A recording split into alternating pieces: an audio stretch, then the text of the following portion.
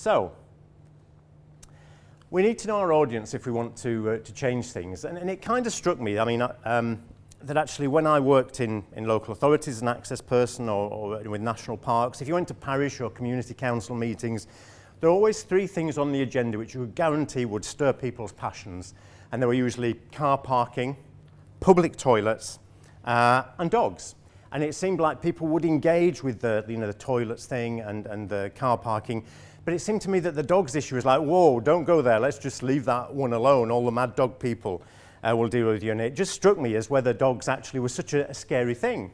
Because I thought we could do this better. I hasten to say these aren't my dogs. They're Carol's, actually. No, it's a lie.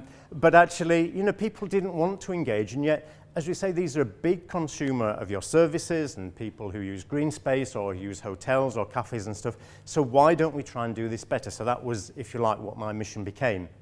And my background, I suppose it was almost ordained when you look at this picture of me, despite the scary haircut. But this probably is testimony to my Yorkshire heritage. All I need is probably a flat cap and a black pudding in my hand or something. But here I am with one of my granddad's greyhounds in the countryside, urban fringe countryside. Always been passionate about the countryside and about dogs. This is my dog now, up where I live in Orkney. And I love going out to see and exploring new places. This is some of my land. I have a small farm up there, which most of the land's in an agri-environment scheme because we have hen harriers, lots of ground nesting birds, otters, and I'm really proud of the wildlife I have there as well, be it the orchids that are just coming out now before we cut for hay. So it isn't an either and or thing with me because all the stuff I'll talk to you about is how good management benefits everybody. This isn't about just being nice to the puppy huggers. It's okay not to like dogs. You can go out at the end of the day and still not like dogs, and that's absolutely fine. You will learn stuff. Just out of interest, how many people in here would call themselves doggy? Just out of interest. If you're a doggy person, you will know what that means. Because I can say if you have a dog, but sometimes people don't have a dog at the moment for lifestyle reasons, but they still like dogs, and that's fine.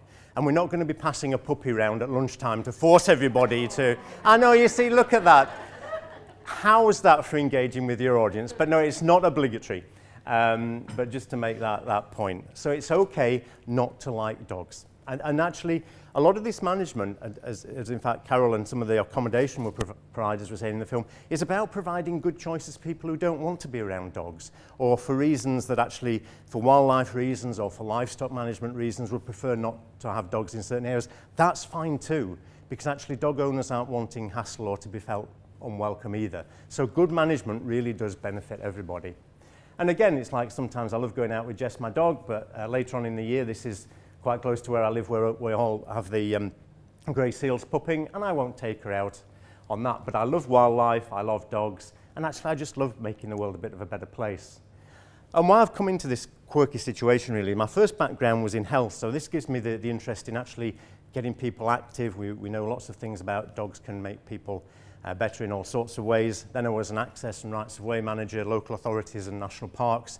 And then I got interested in studying the psychology of people and their pets. Why do they do what they do? And I studied that for 4 years at the University of Southampton. So now I brought all those things together, and this is why I'm this specialist of dogs in the countryside and green space.